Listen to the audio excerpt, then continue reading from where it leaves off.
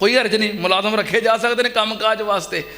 Factory का मालक है, मुलाजम का ईसाई है, सवेर तो लैके शाम तक जरा अपने आप को ईसाई कहता है ना वो इबादत वास्ते गया है, जरा अपने आप को मुसलमान कहता ना वो गया है। फर्क काहदा है? नाम का। फर्क काहदा है? नाम का।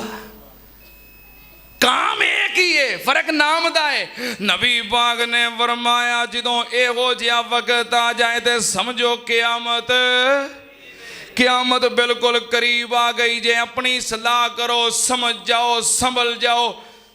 तो कई बंदे अल्लाह की कसमें इस इंतजार च ही रहिंदे ने फिर बुढ़े होवांगे ना, कोई नहीं आफा जी तुहाड़ियां गल्लां सुनियां ने, समझ आ गई है तो अमल इंशाअल्लाह कर लवांगे। ओ भाई कब्रस्तान जाके वेखो कितने ऐसे लोग पे ने जिहड़े कहंदे सन मैं इंशाअल्लाह नमाज़ां शुरू कर देनियां ने, पर शुरू नहीं कर सके, कब्र च पहुँच गए।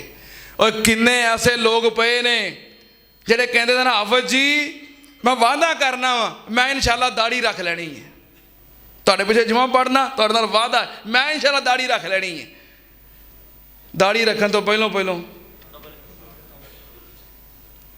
क़यामत करीब जे, मौत करीब जे।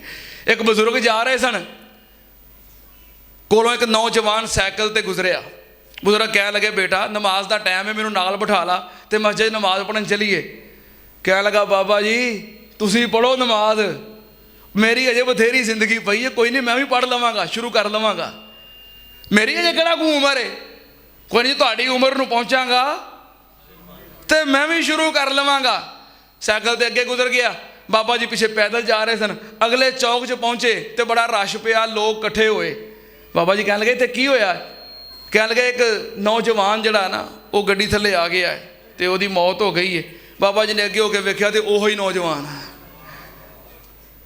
जड़ा कहता सी बाबा जी अजे किहड़ा कोई मेरी उम्र हो गई है, तुहाडी उम्र तुसी पढ़ो ना, तुसी तो वडेरे हो, तुहाडी उम्र नूं पहुंचांगा तो मैं भी शुरू कर लाँगा। उस उम्र नूं पहुंचण दी मोहलत मिली। हाय मेरे अल्लाह, अभी पिछले दिनों साढ़े भाई मलक मोहम्मद आजम साहब, मलक हनीफ साहब के बेटे, मेरे तो भी शायद कम उम्र से उस नौजवान की, एन जवानी के अयाम अंदर तुहाडे कोलों दुआ करवाउंदे सन उन्हां दी शिफा वास्ते। पिछले जुमे भी किया सी कि कौमे अंदर ने बीमार ने, मंगल वाले दिन अल्लाह नूं प्यारे हो गए ने।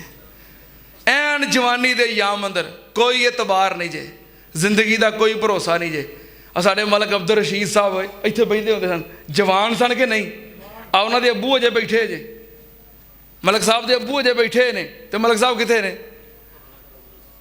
साढ़े भाई सन चौधरी अब्दुल रज़ाक साहब, जवान सन ना। ए उन्हां दा वड्डा भाई हाजी इब्राहिम, सफ़ेद दाढ़ी, ये बैठे ने, तो चौधरी अब्दुल रज़ाक कित्थे वे? ये उम्मीद ला दिओ जवान होना है, बुढ़िया होना है, कर लवांगे। नहीं, एक तारा बालिन ना से हिसाब होम वह होम फी गफलती मोरज़ून। लोगों वक्त तुहाडे सिर ते पहुंच गया है, तुसी गाफल हो, रोज वेखदे हो फिर भी परवाह नहीं जे करते। मेरे शेखुल कुरान ने कहना इथों टुरन जनाजे गभरूआं दे गल पैन लिबास फकीरां दा। इथों टुरन जनाजे गभरूआं दे गल पैन लिबास फकीरां दा।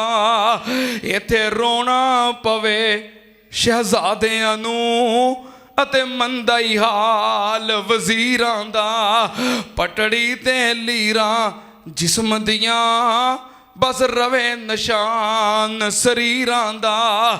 तदबीरां दे चारे नहीं चलदे जदों तीर वजे तकदीरां दा।